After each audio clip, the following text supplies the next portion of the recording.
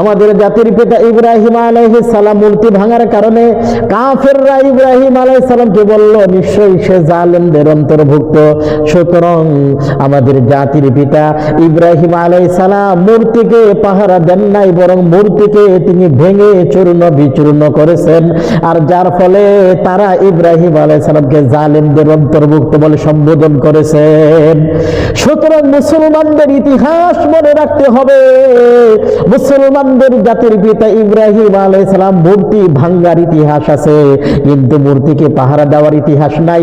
সুতরাং কোন মুসলমান কোন অবস্থাতে হিন্দুদের কোন মূর্তিকে তারা পূজা করবে আর পাহারা দিয়ে তাদের পূজা করার সুযোগ করে দেওয়ার কোন পারমিশন ইসলামে নাই। বরং হ্যাঁ, এটা করতে পারে যে মুসলিমরা হিন্দু অথবা বিধর্মী যারা আছে তাদেরকে নিরাপত্তা দিবে, তাদেরকে যতটুকু দেশীয় ভাবে তাদের জন্য নিরাপত্তা দরকার সেই নিরাপত্তা মুসলিমরা দিবে, কিন্তু তাদের মূর্তির পাহারা কোনো মুসলমান কোনোদিন দিতে পারে না। কারণ আমাদের নবী দুনিয়াতে আসছে মূর্তিকে ভাঙ্গার জন্য। খানায়ে কাবার ভিতরে 360টি মূর্তি ছিল, মূর্তিগুলাকে পাহারা দেওয়া হয় নাই, বরং এই মূর্তিগুলাকে খানায়ে কাবা থেকে অপসারণ করা হয়েছে। সুতরাং মূর্তির সাথে মুসলমানের কোনো সম্পর্ক নাই।